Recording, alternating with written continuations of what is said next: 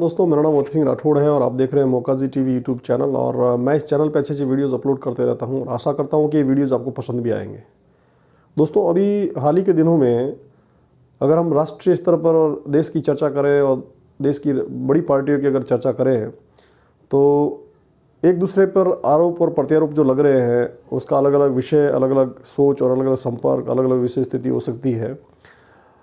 मैंने एक पहले वीडियो बना के डाला था बहुत पहले कि अभिव्यक्ति की आज़ादी है, लेकिन अभिव्यक्ति की आज़ादी में कुछ ऐसे वर्ड और ऐसे इस प्रकार के टॉक्स नहीं करने चाहिए जिससे कि बहुत देश की छवि जो है बहुत धूमिल हो। और ओछे वर्ड्स और इस प्रकार के कैटेगरीज के वर्ड्स जो है वो यूज़ नहीं करने चाहिए। लेकिन इसमें एक चीज़ सबसे बड़ी देखने को मिल रही है कि जिसको जैसा लग रहा है वैसा वो वर्ड यूज़ कर रहा है, जिस प्रकार से वो बोलना चाह रहे हैं।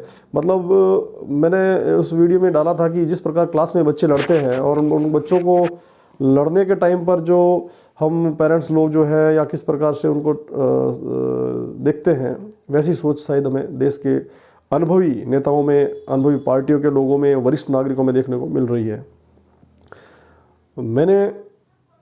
आपने और बहुत से लोगों ने या पूरा दुनिया आज इस मंथन में लगी हुई है कि हम किस प्रकार का गोल सेट पब्लिक के दिमाग में कर रहे हैं, किस प्रकार की छवि हमारी छवि जो है लोगों के दिमाग में जा रही है। अगर आप अनुभवी हैं, अगर आप एक्सपीरियंस होल्डर हैं, अगर आप बड़े पद पर हैं, बड़े कद पर हैं, तो आपको बहुत कुछ सोच समझ कर बोलना होगा। क्योंकि इतिहास की पन्नों पर आज भी ये बात बिल्कुल क्लियर है कि संवाद जो है आपके जो वाद विवाद का जो तरीका है, आपकी जो शैली है, वो लोगों पर प्रभाव डालती है। नेता बहुत से होते हैं, अभिनेता भी हैं, नेता भी हैं, आम पब्लिक है, आम लोग हैं, लेकिन भाषा का प्रयोग हमेशा सोच समझ कर करें। हाल ही में एक फैसला आया है जो एक भाषा की शैली को लेकर आया है, जो गुजरात के हाई कोर्ट ने दिया है और जिस भाषा का संवाद था कुछ मोदी और कुछ चोरी के बारे में था और उसको जो हाई कोर्ट ने संज्ञान में लिया, बहुत गहराई से सोचा। और एक आम आदमी को पसंद किया जा सकता है, वो कैसे भी भाषा का प्रयोग कर सकता है, लेकिन एक मुख्य पद पर बैठे हुए लोग जो है अलग अलग प्रकार की भाषाओं का और घिनौनी भाषा या गिरी हुई भाषा का प्रयोग अगर करते हैं तो देश के अन्य लोगों में उसकी छवि जो है किस प्रकार से जाएगी, यहाँ पर हम सोच सकते हैं। देश का जब निर्माण हुआ, राष्ट्र का निर्माण हुआ, संविधान का निर्माण हुआ, जब देश को राजाओं की रियासतों से हटाकर और एकीकरण करके और उसको एक जनतंत्र या लोकतंत्र बनाया गया, तो उस समय हमने कभी यह नहीं सोचा था कि देश के ही अंदर बहुत से अलग अलग धड़े जो है पनपेंगे और देश बहुत बड़े बिखराव की तरफ चला जाएगा। यह मेरे विचार हैं और मैं as a Mokaji TV editor chief हूँ और मैं अपने वक्तव्य आप तक पहुंचाना चाहता हूं।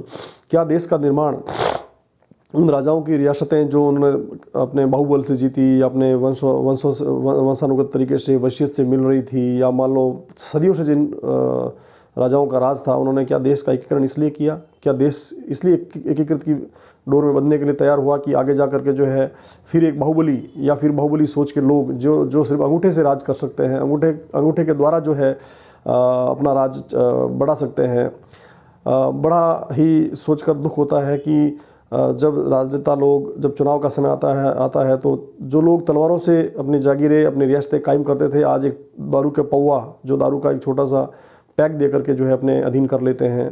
और वह उस, मान लीजिए, मैं ये तो नहीं कहूँगा कि हर व्यक्ति, हर नेता ऐसा करता होगा, लेकिन आपने देखा होगा कि बाहुबल से पैसा दे करके, जुगाड़ से या कैसे भी करके, सिर्फ मकसद है वोट पाना। आज हमें वोट की राजनीति को आगे आने वाले समय में हटाकर सोचना होगा, क्योंकि वोट तो बिकने हैं। अब हमें ऐसी कुछ पॉलिसी लानी होगी जो बिकने की पॉलिसी पे ना हो, जो एजुकेटेड पॉलिसीज़ पे हो, और देश को ऐसे विषय पर सोचना होगा जो वोटिंग से कुछ हटकर हो। वोट आजकल बिल्कुल घिनौना काम हो चुका है, बहुत ही ज़्यादा। उस वोटिंग प्रणाली को जो है धीरे धीरे खारिज करके ऐसी प्रणाली के ऊपर काम करना होगा जिससे देश के संविधान का निर्माण हो, देश के नेताओं का निर्माण हो, देश के अंदर जो है किस प्रकार से लोग चुन कर आएँ, उसके ऊपर सोचना होगा।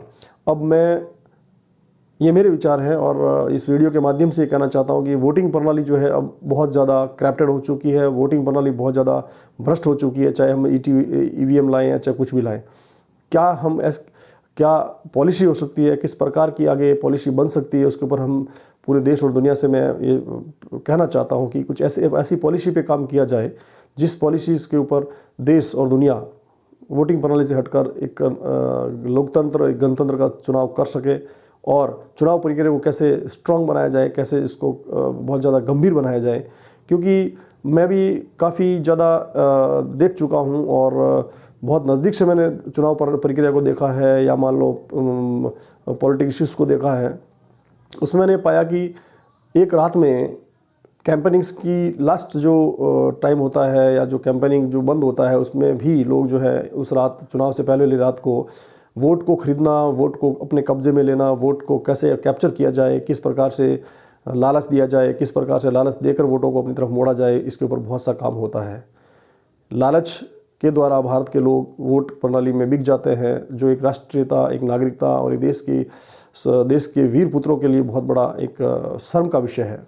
देश ऐसे लोगों को चुने, देश की जनता ऐसे लोगों को चुने जो वास्तव में देश के निर्माण में कुछ अपनी समय दे सके, देश के निर्माण में भागीदार बन सकें, देश को एक बहुत अलग दिशा की तरफ ले जा सके, और देश का निर्माण बहुत गौरवपूर्ण नीतियों से हो। आने वाले समय में आने वाली पीढ़ियां हमारे इस कृत्यों को, हमारे कार्यों को देखेगी, सोचेगी और समझेगी कि कैसे लोग थे जो वोट पौवे में बिक कर बड़े बड़े चुनाव में बड़े बड़े पदों पर बैठ जाते थे। चुनाव ही एक ऐसी प्रक्रिया रह गई है जो ब्रिटिश गवर्नमेंट के द्वारा दी गई है। मैकाले ने जो सिद्धांत दिया, मैकाले ने जो अपने नियम बताए, मैकाले ने जो प्रणाली लागू की, वही प्रणाली हम धीरे धीरे देश में लागू करके और चुनाव प्रक्रिया में आगे बढ़ते जा रहे हैं और बढ़ रहे हैं। लेकिन अब इस प्रक्रिया में हमें सोचने की ज़रूरत है, चुनावी प्रक्रिया को कुछ अलग से बनाने की ज़रूरत है। ऐसा नहीं है कि जो लोग सफ़ेद चोलों में आते हैं वो रात के अंधेरे में घिनौने कृत्य करके, लोगों को खरीद फरोख्त करके और सिर्फ जो है कुर्सी पाना चाहते हैं। उससे कभी राष्ट्र का निर्माण नहीं होगा। उन सतियों से पूछिए, उन राजा महाराजों से पूछिए जो बलिदान हो गए, उन सिपाहियों से पूछिए जो शहीद हो गए, उन शहीद स्वतंत्रता सेनानियों से पूछिए जो फांसियों पर झूल गए, जिनके बलिदान आज जाया न जाए, इसके ऊपर मैं अपना रोशनी डालना चाहता हूं। और मैं मोकाजी टीवी यूट्यूब चैनल के माध्यम से और mokaji.com वेबसाइट के माध्यम से देश की जनता, देश के उन लोगों से आह्वान करना चाहता हूं कि चुनाव को इस प्रकार से चुनाव को अंजाम दीजिए ताकि देश में कोई भ्रष्ट, करप्ट और ऐसा व्यक्ति जो है चुनकर ना आए। इसलिए प्लीज़ मेरे हाथ जोड़कर विनती है कि बिकिए मत, पौवे, दारू, शराब और कुछ धन के बदले देश का सौदा मत कीजिए। देश को ऐसे नेताओं की ज़रूरत है, देश को ऐसे लीडर्स की ज़रूरत है जो देश को वास्तव में देश बनाकर आगे बढ़े। भारत एक दुनिया का सबसे गौरवपूर्ण देश है। उसकी छवि, उसके संस्कार, उसकी नीतियाँ, उसके नियम बहुत विश्व में अलग रहे हैं। ये धरती 36 कौम की है, सभी धर्मों की है, लेकिन हमें सबको भारत का हिंदवीर पुत्र बनकर आगे बढ़ना होगा। हिंदवीर बनकर अगर आगे चलेंगे तो हमारा देश बहुत आगे और सक्षम बन सकता है, अन्यथा भारत जो है बहुत ज़्यादा विघटन की स्थिति में ना चला जाए। मैं फिर देश के सभी हिंद पुत्रों से आह्वान करता हूँ कि हिंदवीर बनो, अपने अपने नियमों और अपने कायदों और नीतियों पर कायम रहे, और देश में जब चुनाव की प्रक्रिया और चुनाव में चुनने की प्रक्रिया जब आए तो किसी सक्षम व्यक्ति की तरफ अपना मत दें, और किसी ऐसे व्यक्ति को मत ना दे जो पैसा दे करके आपको खरीद रहा है, या वोटों का या बोतल का लालच देकर आपको खरीदना चाहता है। क्या आपकी कीमत उन जानवरों से कम है? क्या आप 500 रुपये में अपना वोट बेच सकते हैं? क्या अपना ज़मीर बेच सकते हैं? इन तमाम बातों के साथ इस वीडियो को मैं यहीं विराम देना चाहता हूं। फिर एक नए विषय के साथ आपसे रूबरू होऊंगा। तब तक आप देखते रहिए मोकाजी टीवी यूट्यूब चैनल, और इंस्टॉल कीजिए Mokaji TV app Google Play Store से। यदि आपको ये चैनल अच्छा लगे, मेरी द्वारा बताई गई नीतियाँ, रीतियाँ और मेरी जानकारी अच्छी लगे तो इसको सब्सक्राइब कीजिए, लाइक कीजिए, शेयर कीजिए। इतना ही कहने के साथ मैं फिर एक बार कहूँगा, वोट नीति को खरीद फरोख्त की नीति न बनाकर सही लीडर्स को चुनने की प्रक्रिया बनाएं। यह देश के तमाम नागरिकों का कर्तव्य है। यदि आप अच्छे लीडर्स को चुनाव में शामिल करते हैं तो आपकी नीति और आपका शिक्षा पद्धति का जो नियम है वह महफूज रहेगा। इसी के साथ जय हिंद, जय भारत।